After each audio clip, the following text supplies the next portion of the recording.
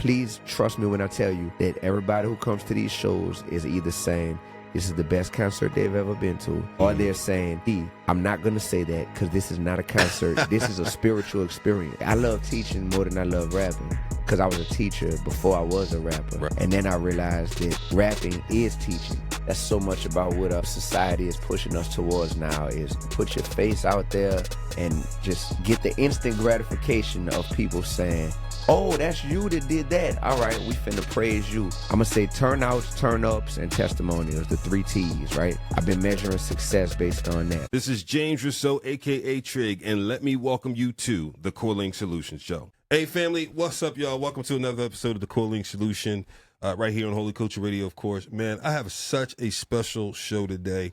I can say that for a number of different reasons. One, man, I just love engaging, authentic, and I don't want to say deep, like all conversations aren't deep.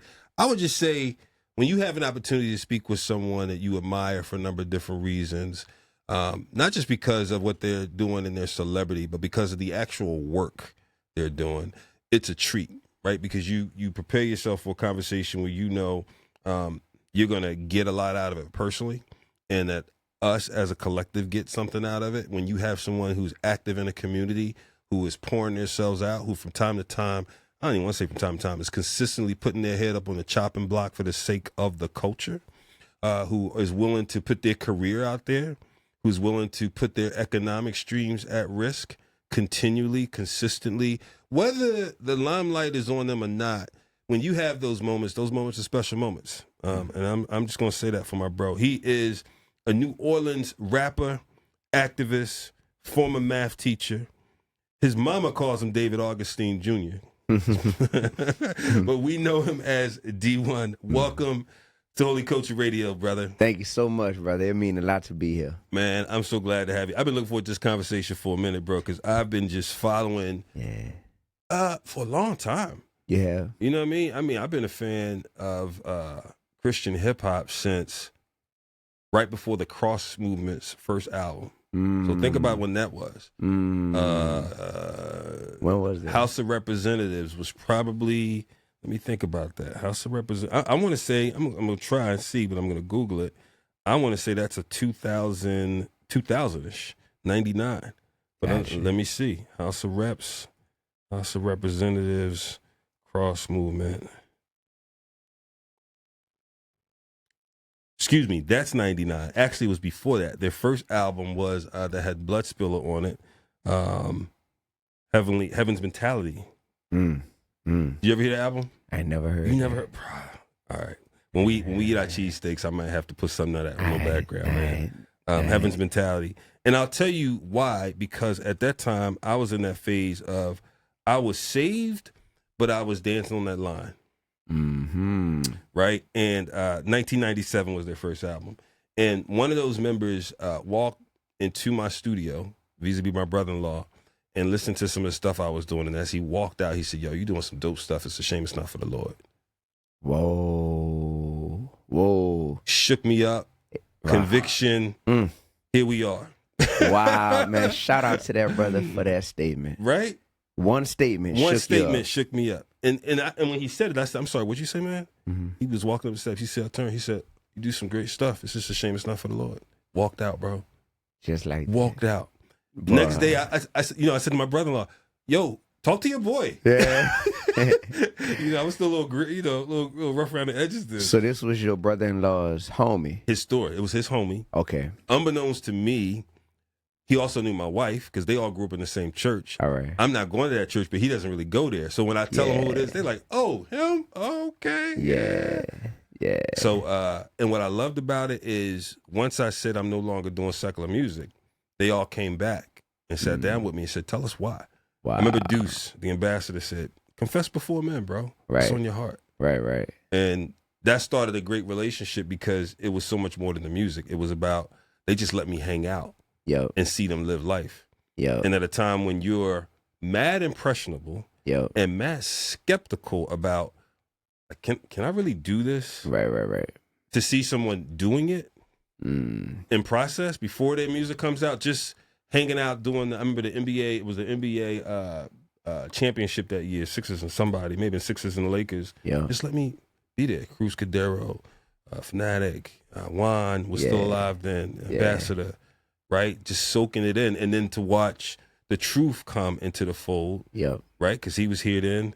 And watching him do local events and churches and grow up, and then watching them develop relationships with Corey Red and Precise and R. Swift, and the list goes on, man. So I say all that because when I think about you, I feel like I can have conversations with you that I had with some of them without even having spent that time with you yet. Probably so, bro. That's wild, right? Yeah, that's dope. I take that as a compliment. That's wild. Because you don't want to make too many assumptions from what you see, but I feel like with what I see, it's been hyper transparent and hyper sacrificial. So, so if that's okay, bro, I just want to jump in. Let's do it, brother. What's one thing you could share here that most people don't know about you, even some of your closest people? That I feel extremely anointed. Like I feel like I'm traveling the country right now doing a tour by myself. By yourself? Yeah, literally. The shows are doing very well, very successful. I'm going to these cities, and it's not something to where I feel a level of fear or any over concern about the optics of what I'm doing that prevents me from doing it. It's like I'm in a Toyota Corolla right now, driving around the country doing amazing shows, making impact, visiting schools, middle schools, then doing concerts, then popping on the college campuses, like doing all this stuff, kicking it with the fans, building. And I don't think most people know that this is something that feels extremely freeing for me. Like I don't have a financial fear that prevents me from doing what I need to do, but I also don't have the fear of people might not buy into how this looks enough to where it looks like what they're used to. At this point, I'm not concerned with being what people are used to. Right. I'm more concerned with being what is needed from God in that moment. That's good. Yeah. So that's good. I don't think most people know that like there's really an anointing that people can see on me. Yeah. But it's different now because I can see it on myself. Man, how many cities are you doing? On the first leg, 8. So I'm knocking out 8. Wow. Yeah. And is that all drivable? Yeah. Well, even if they're not, I made them drivable. Lord have mercy. By yourself? I just finished the 5th one. Yeah. And then how many cities in the second leg? 8. I'm doing 8s, clusters of 8. Clusters of 8. Yep. How many legs? Yep. 3 legs. Bro, you're gonna be worn out. I'm not gonna. Is there any time in between? Yeah, it's gonna be time in between. Okay. Yep. So the first leg has been experimental for me. It's been something where I was even curious, like, how is this gonna go? But what I've realized is I have a village and a tribe in each city that already exists, to where when they know what's going on, they like, D, we're gonna be waiting at the venue for you to help you unload the boxes. Absolutely. To help serve where we can, to be a part of this. I explained to you prior to the interview that I'm making this tour about the communities in which I want to just be used as a vessel to empower those cities to connect with one another, right, so that they can continue doing the work even after I leave. So I do community champions panel discussions in each city. So now it turns into like a networking mixer / event that's a panel discussion about what we need to continue to do to shift the culture more towards the Lord, right, / the best rap concert you've ever seen, all rolled up into one event. And that, it just, I don't have a template or a blueprint for this. It's not something I've seen someone else do who I looked up to, but it's just something that I know is right. And I know that it's needed in this moment. Showing up like Paul, man. Just pull. That's it, bro. Like Jesus said, don't take anything with you. Literally. That's how I'm rolling. Going to those houses. So, I mean, one, you're putting a lot of trust in the event promoters and holders, right? To have it all situated. I'm the event promoter. You're the event promoter in every city. In every city. Yeah. So even that. So that's been the part is being the performer, the promoter, and the visionary. Has been a certain. It's taken a certain level of focus that it requires, because what I find is the performing part, that's second nature at this point. I've been doing this for a while. That part is easy. It's fun. It feels like, let's just get to the performance part, because that's when I'm going to always shine, right? Gotcha. The promoting part and the visionary part, that's where it requires a lot of attention to detail, and even day of show, making sure that all these moving parts work, in conjunction with one another. Right.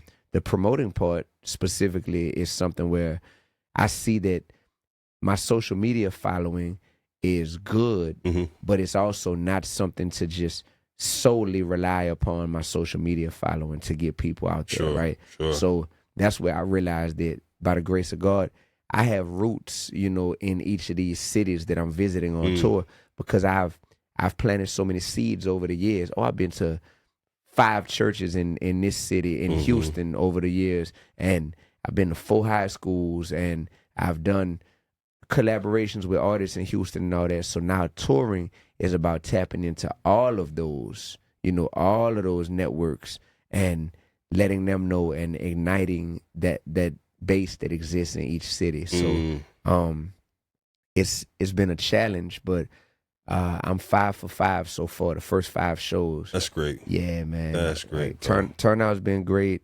The end result, turnouts and testimonials. That's what I've been. That's what I've been. I'm gonna say turnouts, turn-ups, and testimonials. The 3 T's, right?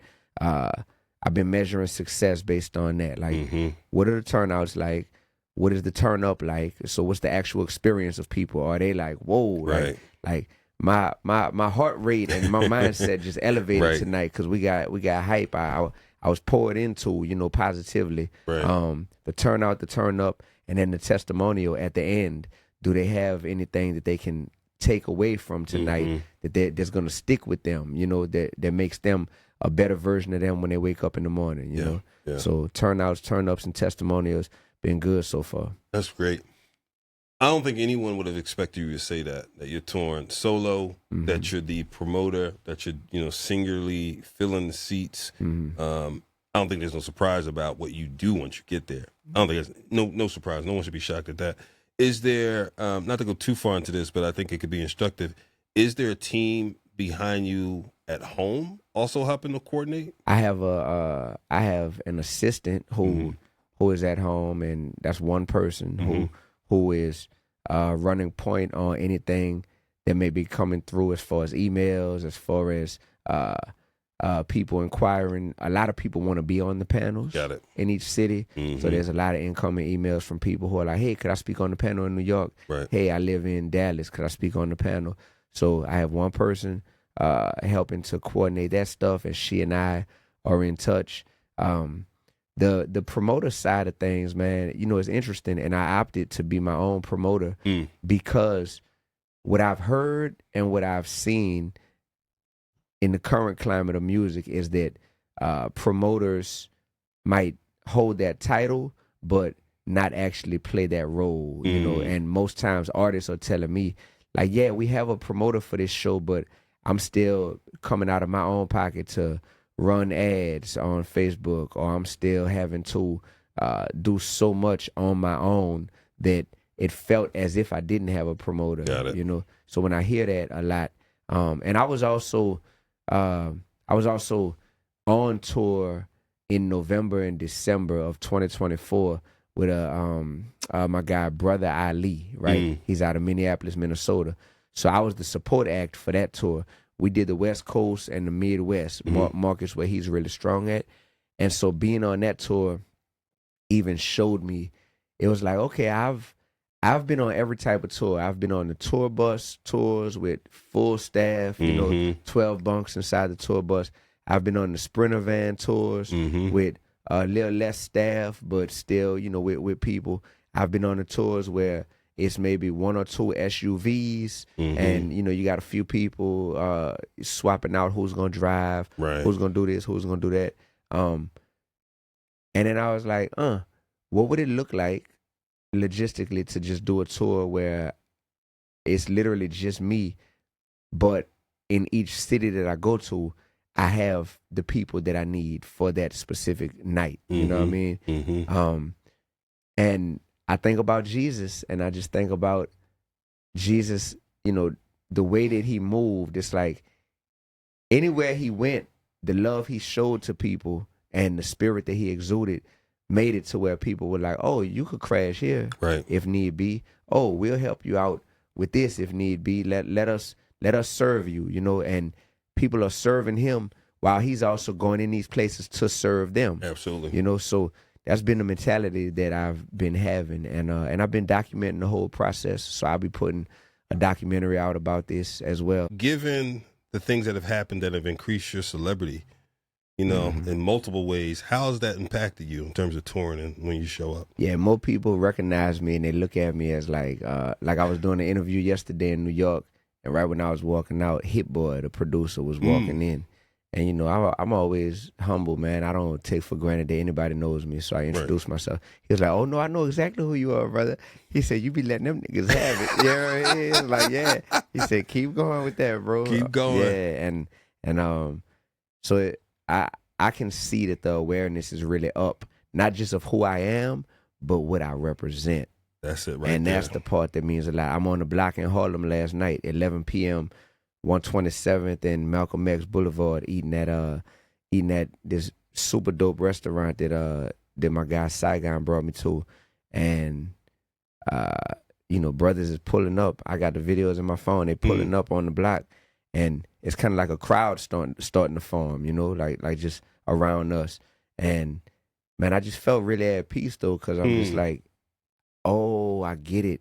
Like this is exactly how we were in New Orleans growing up. Whenever it was like, yo, that rapper such and such, like they in town, like they just chilling on this street, like we just kind of want to be around there, And I'm like, oh, this is happening now, and it's people wanting to just kind of come and hang because they know that I'm out there, and I love it because I want to hang with them just as much and engage with everybody. You know what I'm saying? And when they see that it's love coming from, that's what I realize is, I think in my head, I be feeling like, yo, there's certain people who have maybe expressed publicly that they don't rock with me, or, we've gotten into it publicly. So in my head, it's like certain places that I'm like, hey, D, be careful when you go to that state. Be careful when you're in that city.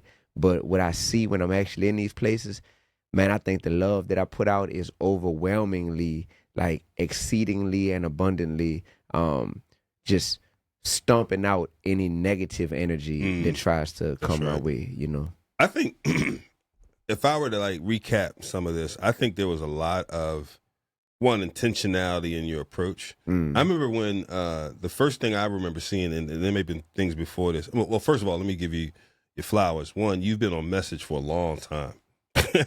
For a long time. This is not new. It's just it bubbled up. Yeah, that part is new, and some of that you could probably attribute to social or who finally saw it and responded. But this is you've been on message. So I would say the first time I remember being recognized in such a big way was the Rick Ross moment, right? And that was probably, was that 22? 23. 23? Yeah. Right, the Rick Ross moment, and then the Meek Mill, the Jim Jones, the Benny the Butcher, and then in the music industry at large, right? Right. And I love the phrase you use as people started to hear differently, which the shift is happening. Mm-hmm. Yeah. Is that right? I think that's the exact word. The shift is happening, that's right? It. And I love when you said that, because to me it reminded me of, like, one of my favorite books was Stephen Covey's book, 7 Habits of Highly Effective People. And one of the principles, either number 1 or number 2, is seek to understand before wanting to be understood. And I felt like that's what was happening. Initially, a lot of people just had a reaction because of just the words on the surface. And then you could see people stopping and saying, wait a minute. There's audible listening, but there's a hearing rather. But listening is, you have to actually process a little bit. Effective listening, you play it back like, hey man, what's really happening? And then you get to empathy. And what I saw was you could literally see people over time. I think Joe Budden is the greatest example of, first, He's a nasty little Christian. Yeah, I remember man, that. yeah. I laughed Clout so chasing. clout chasing. I mean, his Yeah. face. I just remember watching it. But then you saw over time. Hold up. I actually get what he's saying, Mm-hmm. and then I actually feel Mm-hmm. what he's saying. Mm-hmm. Right? How was processing that for you, man? To kind of watch that. Yeah. It's like a golf swing watching that. Yeah. That motion. Man, bro, I love that Joe Budden has, I guess, had a change of heart towards how he views what it is that I'm speaking about, rapping about, representing, and everything.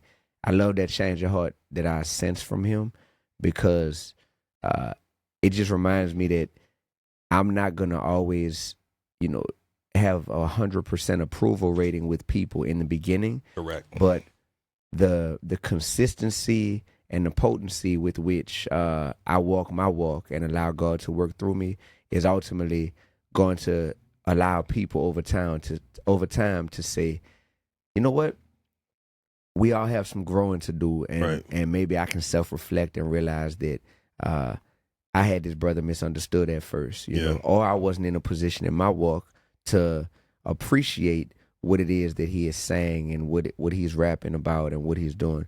And that's okay. It's on me to love them the same the whole journey, you know. So I love that people are seeing it play out, because now the shift that I'm talking about is literally making it to where some of these old heads in the culture who want to hang on to this old way of thinking and this old way of doing, to where we create and consume toxic music that is poisonous to the positive growth of our communities, right?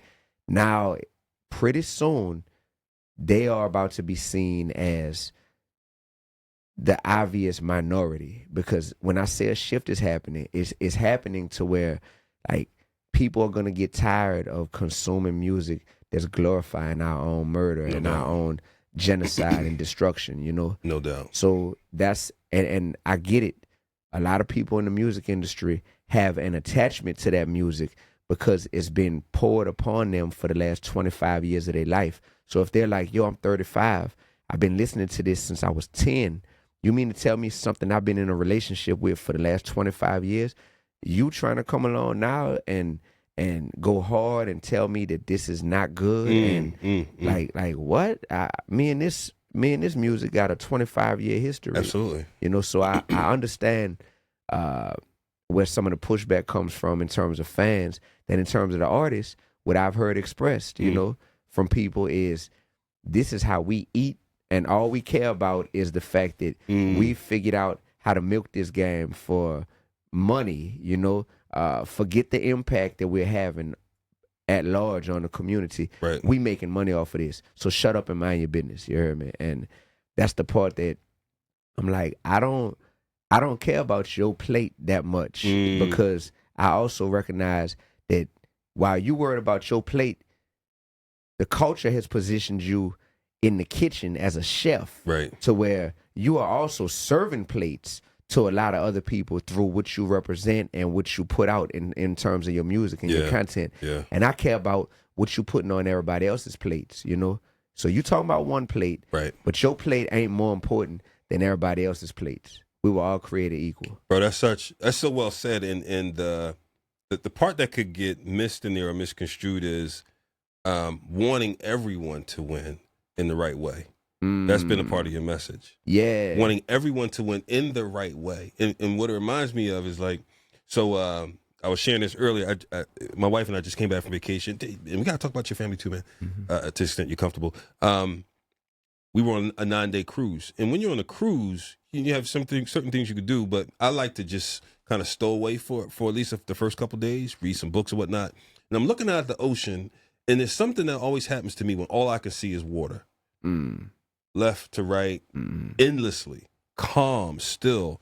And then it always says something to me about the magnificence of what the Lord creates. But at the same time, the simplicity. So then I journal, right? I like to write literally physically in my book, and I'm writing down things. I'm making notes of how I'm feeling right now, my body, you know what I mean? Spiritually, how I'm feeling, what I need to address as a person, as a husband, as a father, and then priorities and things I no longer feel are priorities. So then I challenge myself. I do these things called a clarity break once a week. I usually try to do my show, go to this diner if I can, and sit for a couple hours and just make notes of the prior week. And I said, I want to add to my clarity break just the juxtaposition of what I said were priorities in that still calmness of the Lord versus now that I'm back in the system of work where things get increasingly complex, and it's because that's the system or we allow that to be the complexity of the system. And when I watch you talk and operate, I hear kind of a similar approach of, well, I hear y'all saying this is all that it is, but it's simpler than that, y'all. There you go. It's simpler than that. Yeah. Okay. It's bigger than that. Yeah. It's more. It's God's magnificence, and it's simpler. Yeah. Okay. And so I get after the pandemic, your income streams change a lot. I get that this doesn't feel like a good time for you because your income streams are different, and I might be messing it up. But it's bigger than that, and it's simpler than that, and there's another way. There you go. That's what I literally just said that on a podcast yesterday, to where there's this myth that we need balance when it comes to the music that comes from the hip hop community. And when they say balance, there's people who always say, man, we need more balance. We need the murder music and we need the ministry music. We need the healing music and the hurting music. And my thing is, we don't need balance when it comes to music that is glorifying sin. It's that simple. How do they even substantiate the need for that second part, the need for the murder music? Yeah, because they feel like, hey, that's some people's reality, and that is also providing income for some people. So let them have that. And my thing is, every topic deserves to be rapped about for sure. Like murder needs to be rapped about. Drugs need to be rapped about. Relationships need to be rapped about. Whatever you can think of, every sin needs to be rapped about. I think there's a place for things to be rapped about. But are you narrating it or are you glorifying it? And that's the part. So that's what they just don't want to. They don't want to let go of the side that we've chosen to to take, which is where we'll glorify sin. Yeah. Glorifying sin will never be right. And it's that simple. Yeah. It's literally that simple. But I can say that because I have no attachment to any of the music, any of the artists, any of the income streams, right? When there's people who are managing artists who are making this type of music, of course they're going to try to find a well-dressed up rebuttal to that statement and be like, no, but I mean, we still need it. But we need you too, Dee-1. We need you too. But we still need this over here. Ain't nothing that wrong with it. Of course, a DJ who all he gets booked to do is go to clubs and play all this music, of course he's going to find a way to employ cognitive dissonance and say, even if I'm not living like that and I don't want that to permeate my household and my kids and the people that I care about, I still want to be able to play it and monetize it. Yeah. I was about to say it's fake. It's not fake. It's just there's a level of cowardice that comes along with that, to where it's like, man, that ain't brave, bro. That ain't showing courage. It's weak. That's the word. That's weak.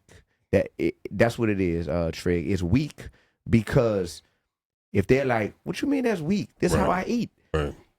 Well, be strong and go find another way to eat, bro. Like, if God clearly gave you this talent, you just took the low-hanging fruit. Right. That's the same as Eve just saying, oh, whatever the serpent is offering me, all right, this fruit from this tree right here. Like, of course, that's the low-hanging fruit. Literally, that was the low-hanging fruit that's being offered to you. So if you take that and act like that's what you got to do with your time and your talent on earth, is whatever the lowest hanging fruit is, this is how I'm going to utilize my talent here on earth. That low-hanging fruit is often hand-delivered package from Satan himself. Yeah. Low-hanging fruit. Oh, You got talent. You trying to figure out how to use it. I'm going to be the first to swoop in and offer you something that's very worldly, but that's very, very appealing to your flesh. Some kind of reward, usually money or attention. You know what I mean? Money or attention or both. Bam. And people just falling for it, man. And then when people fall for it, then it becomes, first when they're younger, they're falling for it, and oftentimes they don't know that they're falling for a bigger trick and trap. So it's like an okie doke that they don't realize they're playing the fool right now. As they get older and they actually know better and they've lived more life and been exposed to more, now at that point, a lot of people start to just become masters of making these well-crafted excuses that justify what they're doing. And that's what I hear a lot of in the culture, bro. That's why I say in the culture, man, the older people in the culture, we got OGs and DGs. I got a song on my new album, Hypocritical Hop. I was great asking about that. Yeah, new album is out now. Thank y'all for the love y'all always show to my music. But I got a song on there called OGs versus DGs. OGs are people that we look up to, that we say, yep, they are setting the tone and setting the example through their words and their actions for how the youngsters can hope to grow and evolve and aspire to be, right? DGs, a DG is a disappointing grown-up. So they're grown, and they might resemble an OG, but that DG is someone who, in actuality, OGs look down on them. OGs be like, we not the same. They not like us, you know what I mean? And we got a lot of DGs in the culture who are providing mentorship to the youngins, you feel me? The one thing that you said that I love to dig into a little deeper is the fear of losing their economic stability.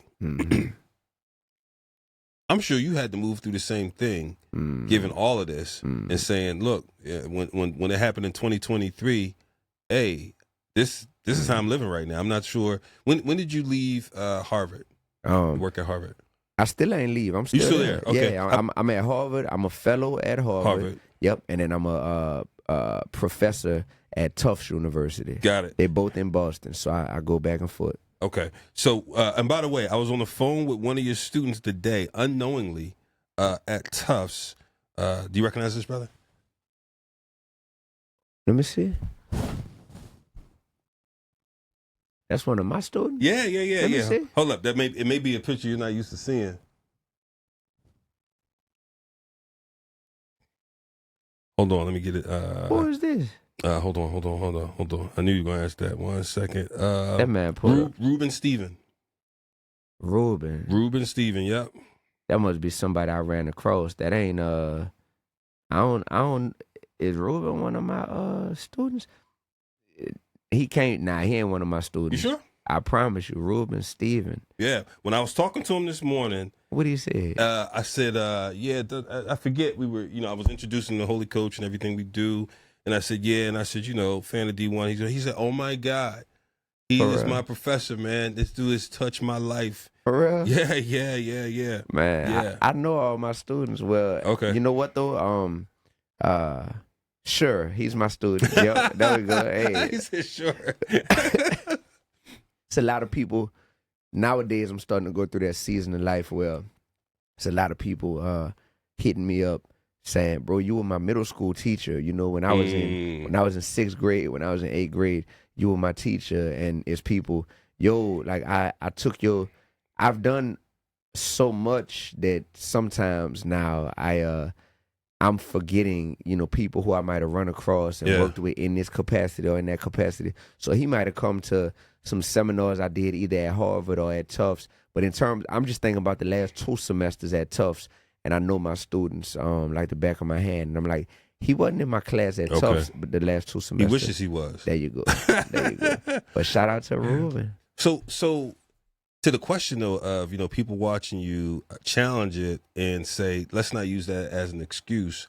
You had to go through the same thing. What helped you create the stability you needed to continue doing what you love to do? Not doing what you love to do, doing what you've been called to do. Yeah, you talking about the economic stability? Yeah. Yeah. Being smart with my money, man. When I started making money in the music industry, I immediately felt like I had to be a great steward of that money because I didn't know how consistent that income would be, right? I came from having a job as a middle school teacher.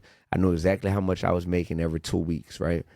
When I started making money musically, my first inclination became to save and reinvest in ways that would help grow my brand. Absolutely. So because of that, I never got into splurging. Like, I've never bought a new car my whole life, you know. To this day, still drive a Honda Accord, you know. I don't have habits like drinking and smoking, right? From what I understand from people who do drink and or smoke, those can become expensive habits, you know, over time. When you look back and be like, I spent how many thousands of dollars on smoking or alcohol or whatever. Yeah. I've never spent $0 on that, right? Then when it started to get to where I did gain more stability, like even, I mean, the main telltale sign is when I signed my record deal. I signed a record deal. This was in 2013, right, with RCA. And when I got that advance check, my first mindset went to help out a few people who I'm close friends with back in New Orleans who I know didn't have transportation. They didn't have cars at the time, right? So I'm like, look, it ain't nothing fancy, but I'm in a position where I want to be a blessing, you know what I mean? So that's number one. But then also I got student loans that I took out in college that I haven't paid off yet. Let me pay those loans off so that I'm not in debt to anybody, right? Because one way or another, you got to pay those loans off, right?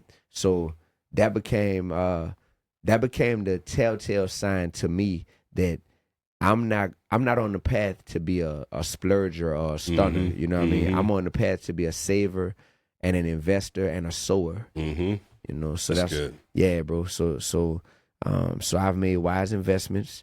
And when you make wise investments, after a while, your money starts making so much money for you that it's like, oh, this is a secret that everybody should be aware of, that this is truly how you provide that freedom for yourself. Yes. To where when I'm going through things or when I'm on social media or when I'm rapping and putting out music, I'm not concerned with if I say this statement or if I make this person mad that, you know, I might not make as much money next month as I made this month. Because it's like all my money at this point don't even come from the music industry. You know, that's a sliver of it, but I just built other income streams. Multiple streams. Yeah.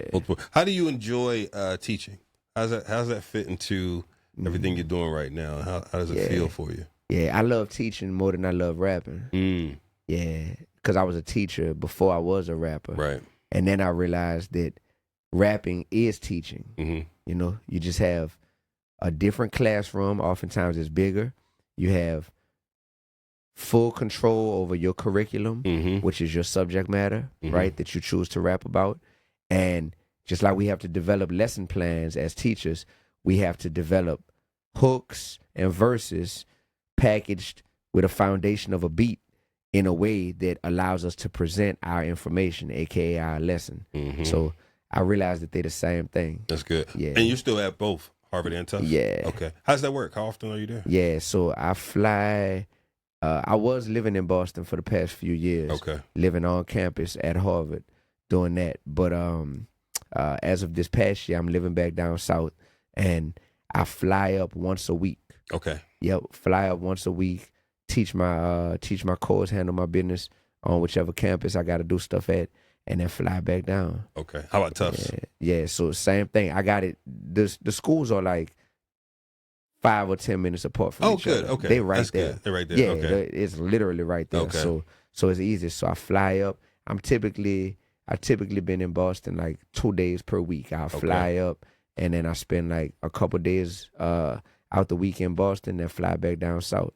I love that, man. And I love that you get a chance to, it feels like it's a bi-directional thing. You get the chance to pour out, but it sounds like you get a lot back because I do. Yeah. Talk about that. What do you get back? Yeah. I get to see myself in these students, right? So when I have young students like the brother you just showed or so many other people who I meet, my class and my presence on these campuses has kind of become something where people gravitate to the campuses even if they don't attend the school.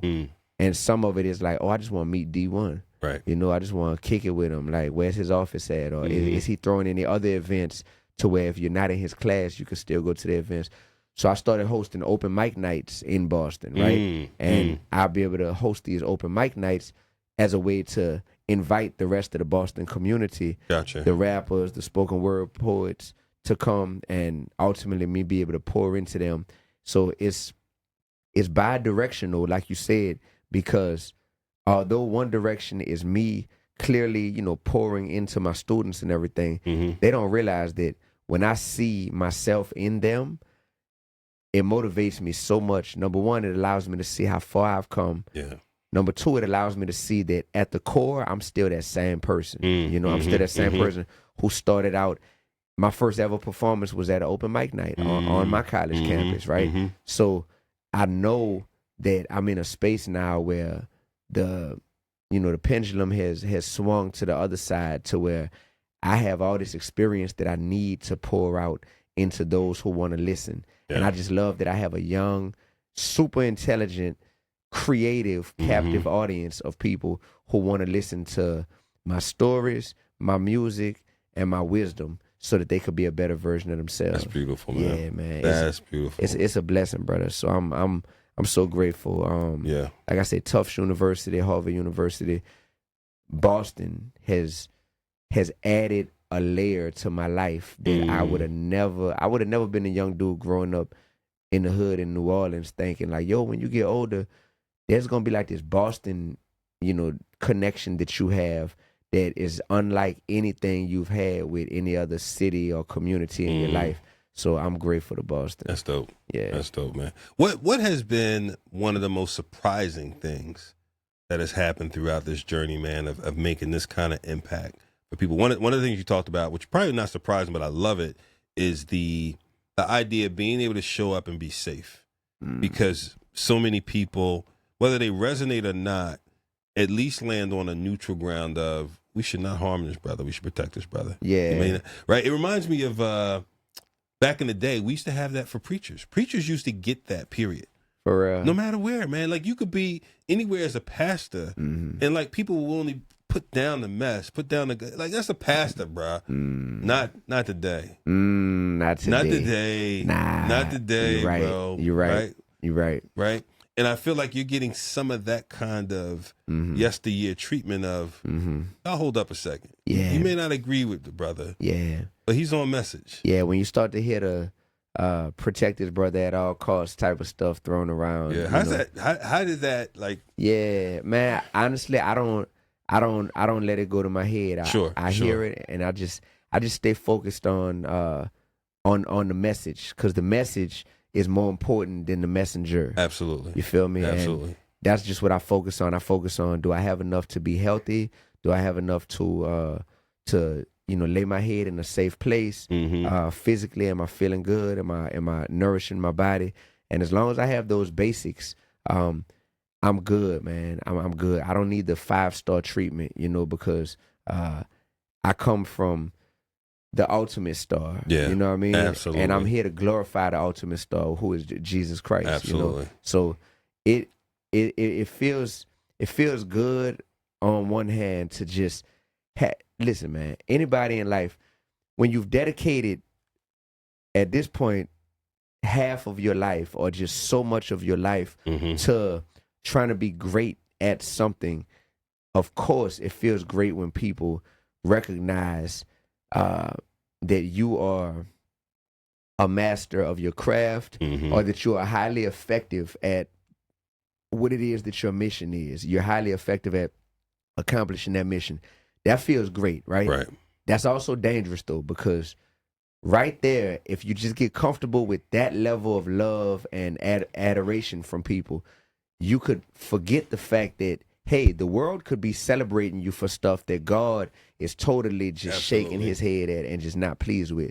So therefore, I feel great because I've put God's approval before man's approval, right? So me knowing that, hey, I'm good with God. I'm good with God. I'm good with God. All right, that helps. And now that I see that, oh, I'm also experiencing favor and admiration from human beings in different pockets. That feels good as well, but it only feels good because I have it in its proper place, which is second place. Come on, bro. Yeah. That's so good, man. 'Cause I forget who preached, who preached this message before, but it was recent where he said, many of us are not built to be able to withstand that kind of attention. Right. We're just not created that way. Right. Right. And so it resonated with me probably because I will always say I have been susceptible to affirmation seeking since a child. It's just who I am. Lost my father early. And so affirmation for me became performing and accomplishments. Right. And so knowing that about myself, I am so thankful that in my 20s, I didn't get some of the things I wanted. Yep. That I would get to the door different things that to me were monumental things. Yep. And God would shut it down and not let me have it. And I'm like, Lord, now I can see it. Thank you for not letting me get that. Here you go. Go ahead. I'm sorry. Here you go ahead. Trig. I was. You just hit the nail on the head. You ever heard of Dunbar's rule? No, I haven't. Dunbar's rule of 150. This is what it is. It proposes that humans can only maintain about 150 meaningful, stable relationships at a time due to cognitive and time limits. This number is derived from an anthropologist's study of brain size and social group sizes in primates, extrapolated to humans, and suggests a limit to the number of people one can know well and interact with meaningfully. You heard me? That being said, bro, think about that's powerful, man. Think about how many more people a celebrity or an artist or a public figure is tasked with knowing and maintaining some semblance of a relationship, you know. Absolutely. And you got people who met you one time at a Walgreens like 12 years ago and told you that they liked your music, and when they see you 12 years later, they're like, "You remember me? You remember me? You know who I am?" And let's go have a bite. You're like, "Oh yeah, hold on, wait, yeah, right, right. So it is a challenge, especially because on social media, there's all of these micro relationships that we are forming with people through their screen name and through a screen, to where it's like, okay, this person consistently shows up in my comments or in my mentions. Maybe we form some sort of a rapport, but it's definitely difficult. It's definitely difficult to try to be everything for everybody nowadays because people have so much more access to you. That's you know? Right. And I think that I'm comfortable. I'm comfortable, man. I'm comfortable being D1. I'm comfortable being D1. Because I didn't build up this larger than life image for myself that doesn't allow me to dress regular, pull up in something regular, and just be myself, just be with the people. Be David be with the people, right? Absolutely. So that's the blessing. You bro. remind me of something. I had the pleasure of interviewing Erica Campbell yesterday for an event she has coming up, and one of the first things we talked about her 2-day event, and I love this so much. She said the first thing I do is we do this Friday night VIP thing. And we get rid of the celebrity thing. They come in, I take pictures with them, hug on them, say, all right, we cool? Now, I'm just your sis. I want to get there quickly so we can actually be together in community and do some work together. So she said, I just try to get all that out. I don't want that lingering for 2 days. I make sure if I got to hug everyone in the room, you got a chance to meet Erica Campbell, all great. But I'm just your sister in the Lord. Shout out to Erica Campbell. You know what I mean? She got it figured out, bro. That's what we got to do. Deconstruct this level of distance between ourselves and the people that causes it to turn into idol worship. You know, we got to deconstruct that. Some people thrive off of that level of distance. Absolutely. Between them and the people because they're like, that's what's going to keep the people paying top dollar because they want to get as close as they can while I'm going to stay elusive and stay far away. And there's balance that has to exist there to where we got to be careful that we know that we are simply just mediators and liaisons between these people that God has trusted us with and ultimately the power source, which is God directly, which is that direct relationship with Jesus. You know what I mean? A lot of people get comfortable being like, I'm the plug, I'm the middleman. Just worry about me. Don't worry about the ultimate source and provider. Even the one that's supplying me. Right. Don't focus on him, because I love this love that I'm getting right here from y'all. It's a false sense of comfort. Yeah, and it's a big sense of ego. This is, I mean, one of the things I would encourage us to all think about is that we are in roles and positions, and therefore a season. Right. And so, not that this is about Holy Culture by any stretch, but same thing when it comes to like how you interact with us. There's a purpose behind having a process and a team you interact with, and me not doing everything because I'm in this chair for a moment. Yeah. There's a successor. There will be a successor. Yeah. Right. And so it's about how the organization operates. Yeah. And I think if you think about yourself in roles and positions, you're there for a season. There you go. That's so real, bro. And I think the quicker we can embrace that as a church, the better off we'll be, because there's a lot of ego mixed in with ministry, right? A lot of pastors who are in the pulpit, and they are just absolutely loving the fact that they are the center of attention each week. They are turning into a celebrity. There's a lot of artists who love just the attention side of being an artist, right? And I get it. Like, I literally get it. Not like we wouldn't be recording this with cameras right now on us and with microphones turned on if we weren't trying to allow this to be consumed by and enjoyed by people, right? So we're doing this stuff because we enjoy the acknowledgement. We enjoy the attention that comes from it. It's just about keeping it in its proper place and still having a humble heart. Yeah. But then also the heart of a servant, ultimately. That's why I want to actively help the church tear down any hierarchy that may exist, especially in the Christian rap community, bro. I'm blessed that I didn't come through the front door, you heard me, when it came to the Christian rap community. So because I didn't come through the front door, I never had to look at the statues that people who come through the front door look at as soon as they get in, of like, who's at the top of the game and who are the people that I'm supposed to be, like bowing down to and striving to be like.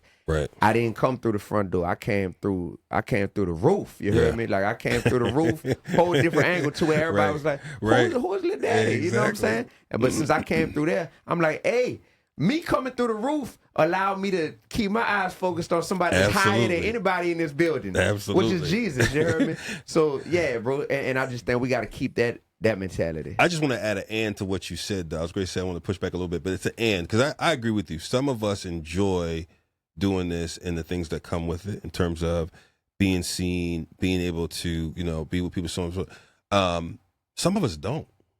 I don't. I enjoy the impact. If we can get the impact, I do it out of obedience for impact. I'll give you two examples. On the top, bro, I'm gonna show you this just because you're hearing on my iPad real quick. So on the top of my iPad, each and every day, look at what the first thing says. Impact, please. Impact, please. Yeah. So that's the first reminder I get when I start my day. Yeah. Just to make me step back and focus. Impact, please. The second thing is that point of simplicity. So I used to have this analyst that used to work with me. When you're in the insurance business, bro, those analysts are crazy. So we would go through something, and he would do these things called the 5 whys. I would say, well, we need a new sales director in this region. Why? Because we got to grow sales of auto and home policies. Why? Because we need more policy. Why? Because we're trying. And he would never stop before the 5th why, because for some reason, when you got to that 4th or 5th why, the answer was closer to the root and more true. And then the first thing you said you were going to do may not line up with it. Wow. Okay. And so. Okay. When you think about it later. So basically, if you keep asking why. Yeah. So let's play this out. All right. To the point of simplicity we talked about. If I'm in simplicity and I'm in service and my whole goal is fulfill the Great Commission, do I need holy culture? necessarily. No. It's great to have it. Mm. But why you have Holy Culture? So I can reach people. Why? Because it's a media platform. Why? Because God called me to reach people. Okay. So you could go to a corner. Yeah. You could live your life and reach going people through the grocery store. Yeah. Like so don't be misconceived in thinking that all these things are a must do if they're not aligned with your calling and the why. Yeah. We can get caught up in our, again, complexities. Yeah. That's a fact, bro. You feel me? So the simplicity is actually better. Simplicity is better. I this is how I know I'm anointed by God as well. Yeah. Because he didn't give me too many talents, right? So it's been very simple for me. Like my calling and my path has been very simple, bro. Yeah. I got one talent, and that's just being a communicator. That's good. That's it, man. I know that I'm an anointed communicator. So through communicating, that allows me to teach, that allows me to preach, that allows me to speak, that allows me to rap. Yeah. That allows me to write, you know? Yes. All those are just different forms of communicating. I realize that I excel at being a communicator. Right. So it's like, life ain't even that complex for me because I only got that one area. Right. And it's just like within that area, there's still bandwidth and room to maneuver and write a book. I got a hip hop children's book that I wrote called David Found His Slingshot. Got that. There's room to be a college professor, be a fellow. There's room to be a public speaker. Yeah. There's room to be a rapper with 14 albums out to date, you know, and but it's all like within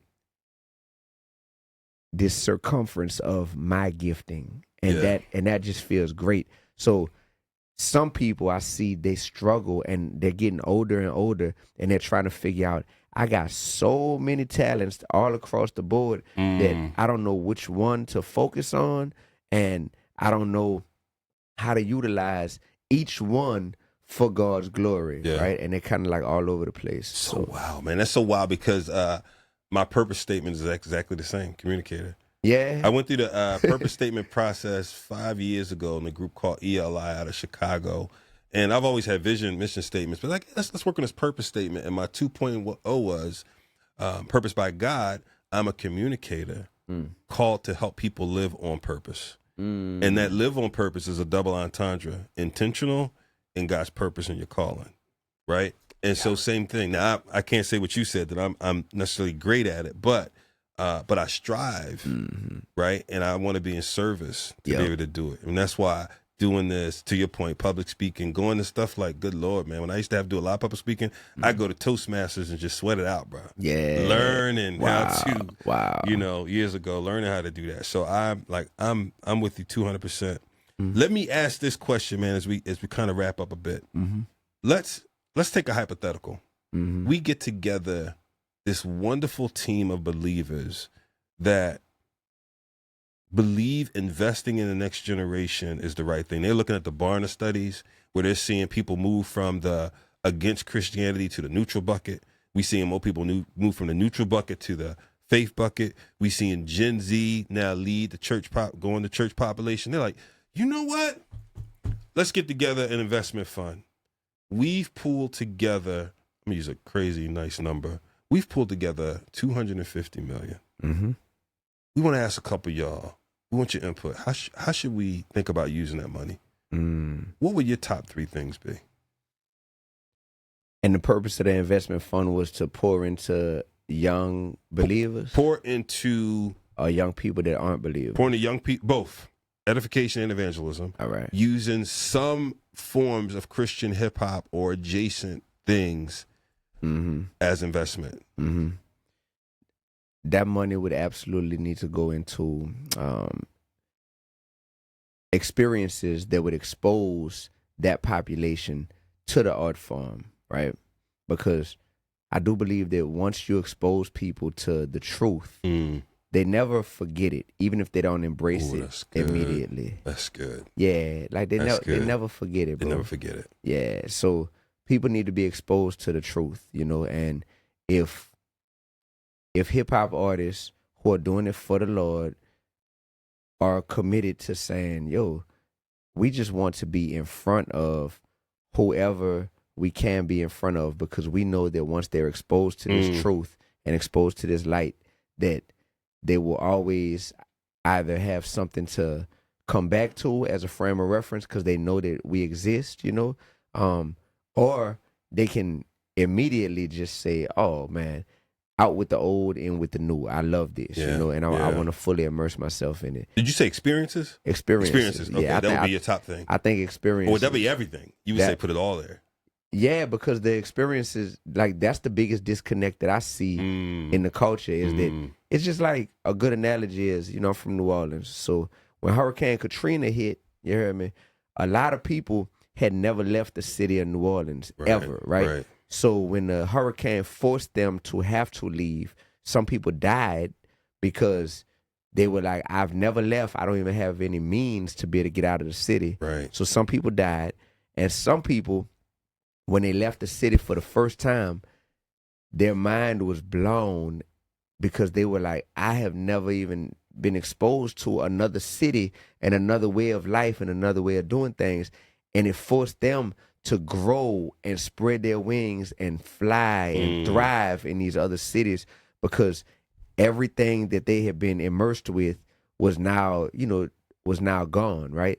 So you can't go back. You can't double back. You can't double back. And I think that I think that when it comes to the darkness that many people in our world are consumed with and immersed with, just a culture of darkness that surrounds them, I think that exposure to the light, right, in the form of entertainment, in the form of education, in the form of anything that ministry can provide for young people, that exposure to something different plants a seed that you can't unplant it at that point, right? That's good. The seed is literally there forever.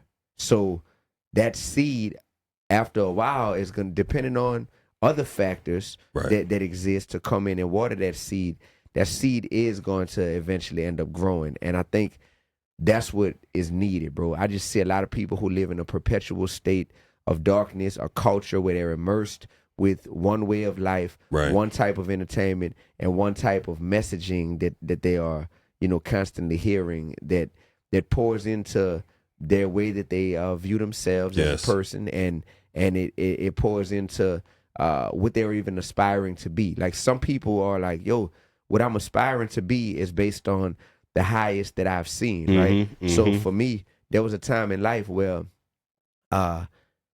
financially it was, man, I'm just aspiring to be like, who I see around me and my family. And that's people who make, I think at the top, maybe 40 or 50,000 a year, at the time. And so it's like, whoa, if I could ever get on that level, I'm really doing it, Then I met a college professor, told me, a black man, by the way, told me, oh, he makes over 100 grand a year, showed me one of his check stubs, right?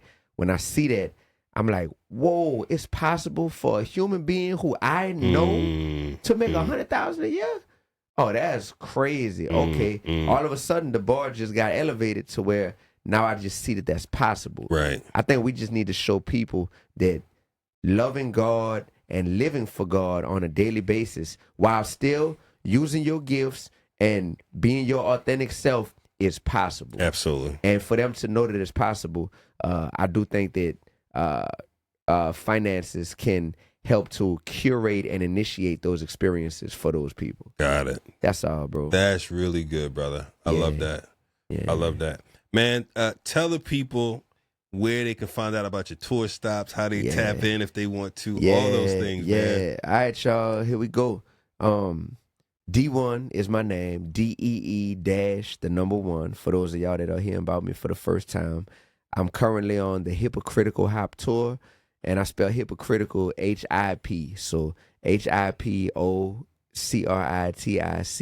Hop. The Hypocritical Hop Tour is to support my album, Hypocritical Hop, that's out right now. This is one of them albums that is already going down in history as timeless music that is shifting the culture, music that is making people think and will never go out of style. So check the album out. Shout out to Holy Culture for all the love and support on the album. And to catch me on tour, all right, You can go to my website, Dee-1music.com, DEE, 1music.com, and get your tickets for any remaining cities on the first leg. That's number one. Secondly, you can also go to my website if you are not in one of the cities I'm coming to, but if you are like, you know what, I want to sponsor some tickets for people who are in those cities you're going to, because my life has always been a juxtaposition of the haves and the have-nots, and I know both of them.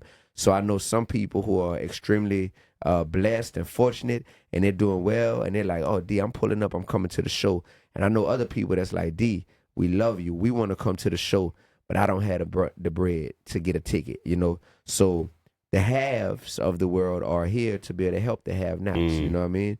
And yeah, if you want to sponsor tickets for people, you can do that. Also, go to my website, Dee-1music.com, DEE, 1music.com. Social media, my handle is Dee-1music, DEE, 1music. And please, please trust me when I tell you that everybody who comes to these shows is either saying this is the best concert they've ever been to, or they're saying, D, I'm not going to say that because this is not a concert. This is a spiritual experience. I love that. They're like, D, this isn't just a concert. You know, I'm doing it a disservice if I just call it that. Yeah. So this is what the people are saying, and it warms my heart because I am inspired by the opportunity to pour into people in person more so than I can reach them through social media. I've been able to reach millions of people through a phone screen, right?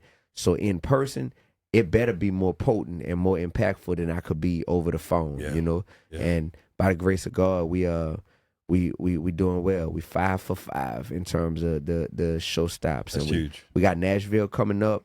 That's September 19th. That's in a couple of days, depending on when this airs. We got Dallas, September 25th.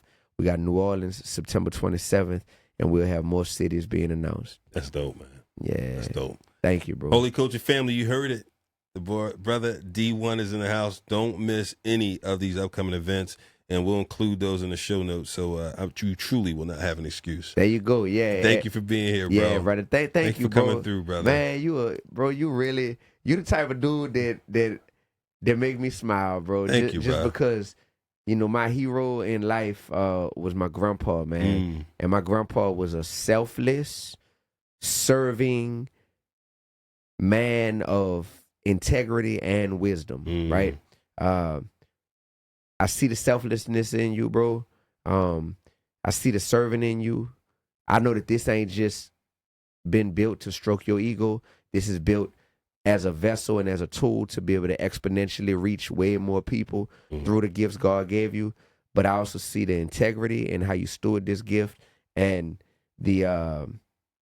the part about being skilled, you know, like my grandpa had that, and I loved that he was a master of his craft. And I just look at the studio I'm in, I look at the network you've built, and I just listen to even the interview, you know what I'm saying? I saw them notes on that iPad. I'm like, my man ain't just freestyling it, you know what I mean? I appreciate that, bro.